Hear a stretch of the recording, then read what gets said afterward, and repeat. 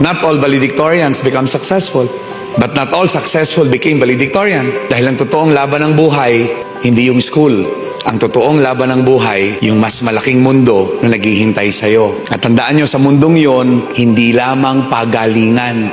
Sa mundong yon, pabaitan. Pagalingang makisama at pagalingang magpaunlad ng sarili. Dahil hindi siya masaya kung pareho siya ng taong natulog kagabi paggising niya. Ang totoong hamon ng buhay, paano ka mas magiging magaling dun sa ikaw na natulog kagabi. Kung mamayang gabi, bababad mo ang utak mo sa negatibong mga bagay sa paligid mo, gigising kang lutong-luto sa pagiging negative.